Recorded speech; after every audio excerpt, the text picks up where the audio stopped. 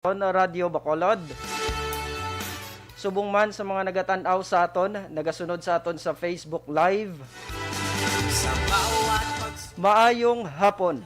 Sa ngalan sang aton nga Provincial Director sang Negros Occidental Police Provincial Office, Police Colonel Romy Inway Palge.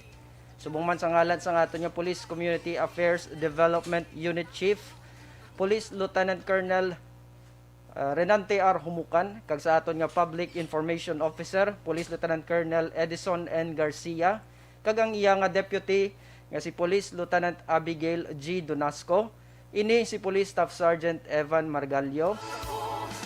Nag-aabi-abi sa inyo sa aton nga programa NOCPPO in Aksyon. Sa sininga hapon mga kabyanan, aton pagaistoryahan ang ginambalaton nga Philippine National Police Academy or PNPA.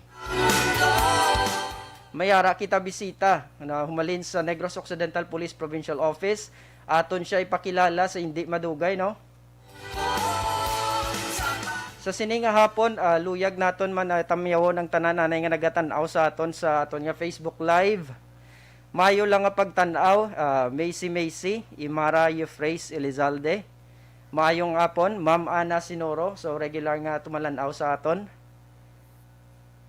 Kay mga kabyanan ang aton ini nga programa magadlagan umalin alas 3:30 tubtob alas 4 sang hapon. Sa sulod sang 30 minutos kita maga-istoryanay. Labi na gid kung mayara kita da mga himata nga luyag mag-apply sa aton nga Philippine National Police Academy. So magtutok gid sa aton nga programa. Sa sini nga bahin mga kabyanan, luyag naton i-introduce ang aton nga dinapit nga bisita diri sa studio, no? Kaupod naton. Siya ang magapakilala sa aton sa aton nga topic subong ang Philippine National Police Academy. So sa tanan nga may luyag da, so magpamati lang, no? So ang aton nga bisita, ang Deputy sang Provincial Administrative and Resource Management Unit sang Negros Occidental Police Provincial Office. So siya ang deputy sang Parmo. Walay liwan, Police Lieutenant Hannah Michelle Bangkil. Mayong hapon, Sergeant Margallo. Ako si Police Lieutenant Hannah Michelle Bangkil, graduate from PNPA Mandayog Class of 2020. I am now currently assigned at NOCPPO, Negros Occidental Police Provincial Office, and designated as the admin officer in our section. Yes, ma'am. So maraming salamat sa pagtanggap sa paanyaya natin, ma'am, no? Okay, doon tayo, ma'am, sa dahil na-introduce na natin, for the benefit of our listeners, pwede ba nating ma-inform ang ating mga tagapakinig about sa anong tinatawag natin na PNPA or Philippine National Police Academy? Ang PNPA or Philippine National Police Academy is a specialized higher education institution that produces professional young men and women of the police, fire, and jail service. This is a government training institution which develops public safety officers, develops their character, competent skills, and their community service to the people. Yes, ma'am. So, nagde-develop ng mga professional. So, specifically, they will be employed as jail officers, Yes. fire, and PNP. So, tatlo, ma'am. Yung PNPA, it composes three tri-bureaus. The first is the PNP, Philippine National Police. Second is BFP, Bureau of Fire Protection, and BJMP, Bureau of Jail Management and Penology. Then upon graduation, they will be appointed as lieutenant for the PNP and fire and jail inspectors for BFP and BJMP. Yes, ma'am. So yung advantage diyan is pagka-graduate, pagpasok sa tri-bureau is commissioned officers, ma'am. Yes. Okay, so ano po ba yung ibang mga benepisyo, ma'am? For example, nakapasok na sa pag-apply sa PNPA as cadet, ano ba yung mga benefits, ma'am? Upon entering the PNPA, first is they will be having the full government scholarship Libre yon lahat ng yung education, libre yung billeting or accommodation nyo sa PNPA, yung pagtira nyo doon. Then, sa 4 years, libre yung pagkain. Other clothing allowance, it will be provided to all cadets sa PNPA. And other supplies na kailangan namin or ng mga cadets natin na kailangan nila sa kailang education. So, well provided, ma'am. So, considered na estudyante na, tapos mataas pa yung Meron yes, na ma'am. silang scholarship. Then, aside from that, yung scholarship na full government scholarship, meron din silang tatanggap in every cadet. They will be receiving a monthly allowance of 35,000 pesos. Yes, ma'am. Monthly nila. So malaki na yung yung allowance na 35,000 pesos. So aside sa benepisyo, doon naman tayo ma'am sa responsibilities. Ano ba yung mga grade requirements o mga activities na kailangang i-comply ng isang kadete? When it comes naman sa yung responsibility ng every cadet, ang kailangan nyo lang is yung time management nyo, yung self-discipline nyo as cadets, na lahat ng gagawin nyo is dapat nakamanage. Then, meron kaming dalawa, academics and tactics. Yung academics, yun yung mga regular subjects natin, like sa mga colleges or universities outside. Yun, kailangan silang mag-maintain ng 7 points na in every subject dapat 7 points yung makuha nila to maintain their grade and para makapasa din sila sa next naman na year. For example, ma'am, merong kang subject na bagsak. So what would happen? If pagka final examination nyo, once na nabagsak ka ng isang subject, even one subject, pwede ka ng subject for removal. Meron pa kaming chance na binibigay in every cadet para mabawi nila yung grades nila na nabagsak. And if sa removal exam, if hindi na talaga nakaya or hindi na nila naabot yung passing grade, they will be subject for turn back na sila. Babalik sila sa labas. Then they will again apply for the next year. So may bit din yung requirements sa grades, ma'am. So dapat if those mga gustong pumasok sa PNPA is prepared din academically at meron din silang good time management, sabi ni ma'am. Kung ikukumpara sa ibang colleges or universities, ma'am, ano yung mga differences or similarities ng PNPA? Similarities naman ng iba, meron kami doon, yun nga na everyday kami na nag-aaral from 8 to 5 p.m. Similar lang sa ibang colleges and meron din kaming worship every Sunday na yung ibang Catholic schools kinikater nila.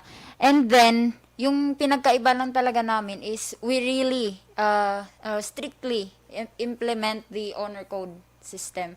Yung honor code system namin, yun talaga yung thou shall not lie, steal, cheat, or nor tolerate kung ano man yung ginagawang masama. Talagang if ever na makita ka na nag-cheat during exam, meron kaming honor committee na magbibigay ng final verdict sa lahat ng mga kadete na susuway sa honor code namin. And it is really strictly implemented. So ini-instill talaga, ma'am, yung honor code. Especially pag lumabas na yung mga officers natin, dadalhin na sa organization yung honor Yes. code. Yes. Tapos, ma'am, ng in-house lang yung mga kadete sa academy? Oo. Sa 4 years, dun lang kayo sa academy for 4 years. Meron namang binibigay na privilege pagka pasado ka sa exam or pagka wala ka namang mga failing grades sa lahat academically and sa tactics. Meron kaming semestral break na binibigay sa mga cadets. Umabot siya ng 2 weeks para makapag-spend time naman sa family. Semestral break, meron kaming Christmas and New Year's break, then summer break. So sa mga breaks na yun, pwede kang umuwi sa provinces. Yes. Mag-spend time. Okay, ma'am. So, for sure marami sa ating mga tagapakinig na interesado sa topic nating ito. Lalo na't paglabas sa academy, first while nasa academy is may allowance na, paglabas officer pa. So, Yes, marami talagang gustong ano yan, lalo na mahirap maghanap ng trabaho, ma'am. oo, it's really an opportunity. Opportunity to sa lahat ng mga aspiring applicants natin na dapat nilang i-grab kasi nag-aaral ka na nga, nagkakatanggap ka pa ng allowance, then after graduation mo for the 4 years, meron ka na agad trabaho, appointed as commissioned officers. Yes, ma'am. So, doon tayo ma'am sa since marami nang gustong for sure dahil sa mga nabanggit natin, gustong mag-apply sa PNPA, doon tayo sa mga requirements, ma'am. Sa requirements, available naman siya sa Facebook official page ng PNPA, which is the Philippine National Police Academy, Justice, Integrity, and Service. Yung kailangan natin i-prepare is yung scan copy ng PSA birth certificate, scan copy of the BMI certificate signed by a licensed physician.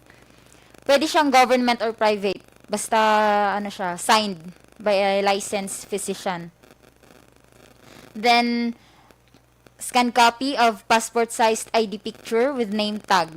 Yun yung kailangan natin i-prepare para pag-apply online. Then, how to apply online? Applicants need to download and print out a copy of the PNPA BMI form containing their height, weight, gender, and BMI to be filled out and certified by a licensed physician. So, yun na nga. Madadownload nyo yung BMI forms and online application forms natin sa website ng PNPA, which is www.pnpa.edu.ph. Doon nyo makikita yung lahat ng mga requirements and doon na din kayo mag-a-apply online. Then, applicants will then proceed to fill out. So, i-fill out nyo na yung application form nyo na yon. Then, tsaka nyo isa-submit doon sa website din na yon. Then, dapat yung email address na gagamitin nyo is talagang na-open nyo and active. Kasi after the online application, after you submitting your application forms and other requirements, the PNPA will send back the notice of examination through your email ad. Kaya dapat na-access nyo yung email ad nyo para makuha nyo yung notice of examination na gagamitin na para i-present sa proctors pagka nag-PNPA CAT exam na. Yes, ma'am. So, as I understand, ma'am, nagsa-start na yung online application natin. Yes, ongoing yung process ng online application natin. If gusto niyo ng updates, nandun na sa Facebook page. Up until November 15 na lang ang online application natin. Okay, so mga kaabyanan, kung luyag nyo pagid maghabol sa aton nga ginatawag nga application sa PNPA, so aton na bisitahon ang ilang Facebook page para sa mga dugang nga impormasyon. Ang Philippine National Police Academy Justice Integrity Service. So aradang instruction. So ang first step gin-explain ka gina ni ma'am is online application. So sa subong sige-sige ng online application. So kung luyag nyo, so ma-start na kamo pasa sang download sang file kag para ma-submit nyo na. May date na kita ma'am sa examination. Ang examination will be tentatively on December. There is no final date pero sa December siya tentatively as what they have posted in their Facebook page. Yes, ma'am. Thank you, ma'am. So, makahabol ka mo sa deadline sa November. You expect nga sa December is, kung makasulod ka na is, magaan ka na sang notice of examination. So, mo nang kinanglano naton. So, ano yung mga tips, ma'am, na gusto mong ibahagi sa ating mga tagapakinig na gustong mag-apply sa PNPA? Tips ko lang is dapat responsible sila in complying all the requirements na nire-require ng PNPA. Then, kailangan din nila mag-aral. Kasi, in every exam, hindi naman yun na lucky. Hindi yun ganon. Yes, Dapat talaga pinag-aaralan at pinupursigihan yung pag-take ng PNPA exam, then dapat magdasal sila. Yes, ma'am. So, enough preparation, so study, plus, more importantly, prayer. Okay, so, meron kang gustong batiin, ma'am, or i-shout out? Before that, i-ano ko lang ulit yung sa PNPA na Facebook page. Yes, ma'am. Yung Facebook page ng PNPA is Philippine National Police Academy, Justice, Integrity, and Service. And the official website of PNPA is www.pnpa.edu.ph. Then, Yes, yung ma'am. mga isa-shoutout ko. Yes, ma'am. Nanonood ngayon yung mama at papa ko na andito sa live from Sikihor. Hi, mama and papa. And sa tita at tito ko sa Quezon City, Tita Edith and Tito Eufronio. Thank you po sa panonood. Yes, ma'am. Thank you very much, ma'am. And thank you very much sa time na binigay mo dito sa ating programa, NOCPPO in Action, ma'am. At this point, mga kabiyanan, niliwaton ta lang to, no? Ang Facebook page sa Philippine National Police Academy is Philippine National Police Academy Justice, Integrity, Service. So, may haraman sila sa website, ang www.pnpa.edu.gov.ph. So, amo na mga kabiyanan, no? Subong man, aton man i-follow ang Facebook page sang Negros Occidental Police Provincial Office. Kay naga-post man kita da sa mga balita, mga updates, kag activities sang inyong Provincial Police Office. So, sa madason naman nga Domingo, mga kabyanan, invite ta naman kamuliwat nga mag-upod sa aton nga programa, NOCPPO in Action, alas 3:30, tub-tub, alas 4 sang hapon. Mga kabyanan, antes kita magtakop, lapit na lang aton nga oras, luyag naton ipasalamatan ang management sang Aksyon Radio Bacolod sa pagpamuno ni Mrs. Nona Di Maalam Magbanwa. So damo gid nga salamat, ma'am, sa sininga kahigayonan nga ginhatag mo sa NOCPPO para mapatigayon ang aton nga programa nga NOCPPO in Action. Subong man luyag man naton gali tamyawon ang aton nga mga watchers sa aton nga Facebook Live. Si Diding Aluhamiento, mayong hapon man, ma'am. Subong man si RC Casipe, good afternoon watching Bacolod City. Si Nel Katage, good afternoon sir, good afternoon man, ma'am. Barrio Garay, mayong hapon man, ma'am. Okay, si RJ Peña Dela, good PM, ma'am sir, pwede panawagan. Okay, may panawagan kita, no? May wallet siya nga nadula na wigit sa Libertad Market. So kung sino ko nung nakakita, around 6 a.m. to 7 a.m. October 17. Basi may nakapudyot da, so pwede lang din natin madala sa Aksyon na Radio Bacolod. Subong man, si Galyomar Jona, mayong hapon. Estrella Tafalia, mayong hapon. Angela Gayondato Castillo. So, Ana Sinoro Labsan, mayong hapon. So, madamo gid nga salamat sa pag-upod sa aton kag subong man madamo man nga salamat sa pag-upod naton diri sa studio aton nga bisita si ma'am ang taga Parmon naton or Provincial Administrative and Resource Management Unit, si Police Lieutenant Hannah Michelle Bangkel. Thank you very much. Pahabol ko lang yung meron kasing gustong magpa-shoutout. Yes, ma'am. Yung very supportive ko na partner, si Hezri Angela Garcia. Hello. Yes, ma'am. So, kay Ma'am Hezri, good afternoon, ma'am, and thank you for watching. Likewise, we also would like to greet Ma'am Eden Aboso of Aksyon na Radio. Good afternoon, ma'am. And our Deputy PIO, Police Lieutenant Abigail G. Donasco. Good afternoon, ma'am. Meron ka pang gustong i-greet, ma'am? Okay. Okay na. Thank So, you. mga kaabyanan, mo yan to, no? Upod naman kita sa sunod naman nga programa naton sa masunod nga Domingo. Alas 3:30, tub-tub, alas 4 sang hapon, kada Domingo. Una sa balita, una sa aksyon sa Bacolod. Aksyon Radio. Ang inyong publiko. Aksyon Radio. Sa Bacolod, Aksyon Radio. Aksyon Radio.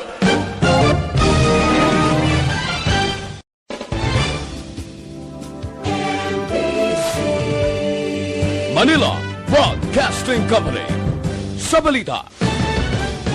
Komentaryo Isyu. Serbisyo publiko. Aksyon Radio! Sa Bacolod, Aksyon Radio. Aksyon Radio!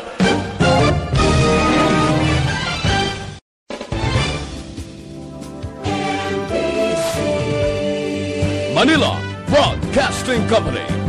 Sa balita. Komentaryo